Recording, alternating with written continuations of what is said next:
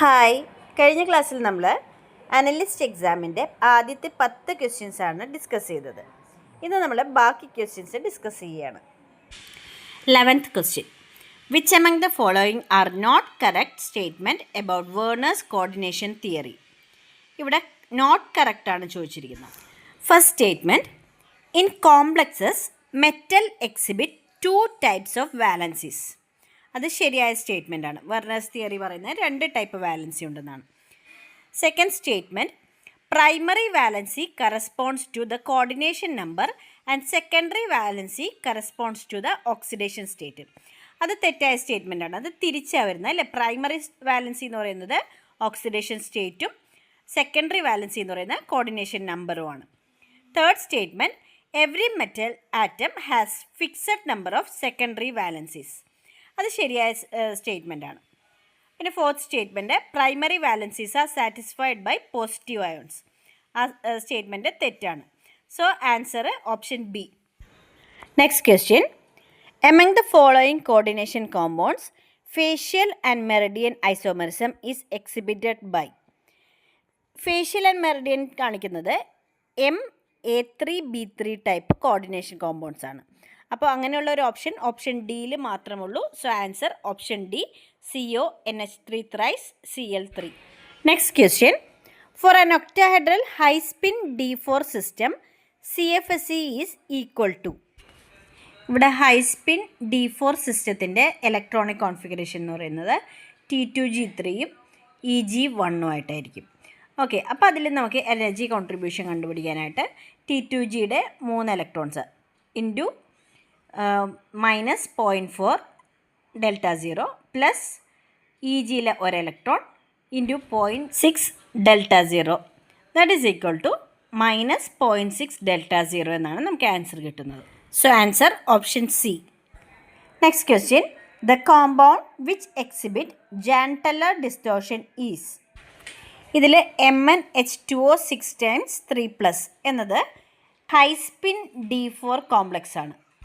ബാക്കി എല്ലാവർക്കും symmetric configuration വരുന്നതുകൊണ്ട് ഓപ്ഷൻ എ ആണ് കറക്റ്റ് ആൻസർ.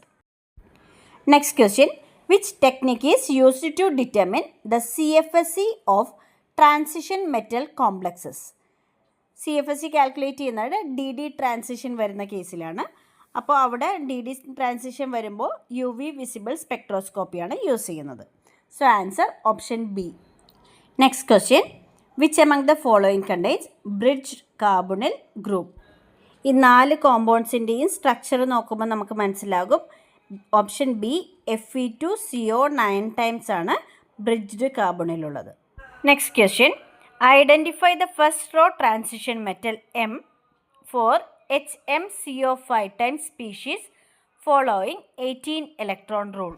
ഇവിടെ ഇലക്ട്രോൺ ഫ്രം ഹൈഡ്രജൻ 1 മെറ്റലിൻ്റെ വാലൻസി X ആയിട്ട് എടുക്കുന്നു. 2 ഇലക്ട്രോൺ വെച്ചിട്ടാണ് ഓരോ കാർബണിൽ ഗ്രൂപ്പും ഡൊണേറ്റ് ചെയ്യുന്നത്. So 2 × 5 that is equal to 18. So എക്സിൻ്റെ വാല്യൂ, അതായത് വാലൻസ് ഇലക്ട്രോൺസിൻ്റെ എണ്ണം 7 ആണെന്ന് കിട്ടും. സോ ഇവിടെയുള്ള 7 ഇലക്ട്രോൺ സിസ്റ്റം എന്ന് പറയുന്നത് മാംഗനീസ് ആണ്. So answer option C, manganese. Next question, the water splitting enzyme in photosynthesis is. Answer option D, Mn4O4 cluster. Next question, match the following. Column 1ൽ കോമ്പൗണ്ടിൻ്റെ പേരും കോളം 2ൽ അതിൻ്റെ ഫങ്ഷനുമാണ് കൊടുത്തിരിക്കുന്നത്. സോ ഹീമോഗ്ലോബിൻ എന്ന് പറയുന്നത് oxygen ട്രാൻസ്പോർട്ടിനാണ് യൂസ് ചെയ്യുന്നത്. Transferrin iron ട്രാൻസ്പോർട്ടിന്, ferritin iron സ്റ്റോറേജിന്, ഫെറിഡോക്സിൻ ഇലക്ട്രോൺ ട്രാൻസ്ഫർ ഏജൻ്റായിട്ടും. സോ ആൻസർ ഓപ്ഷൻ ഡി ആണ്.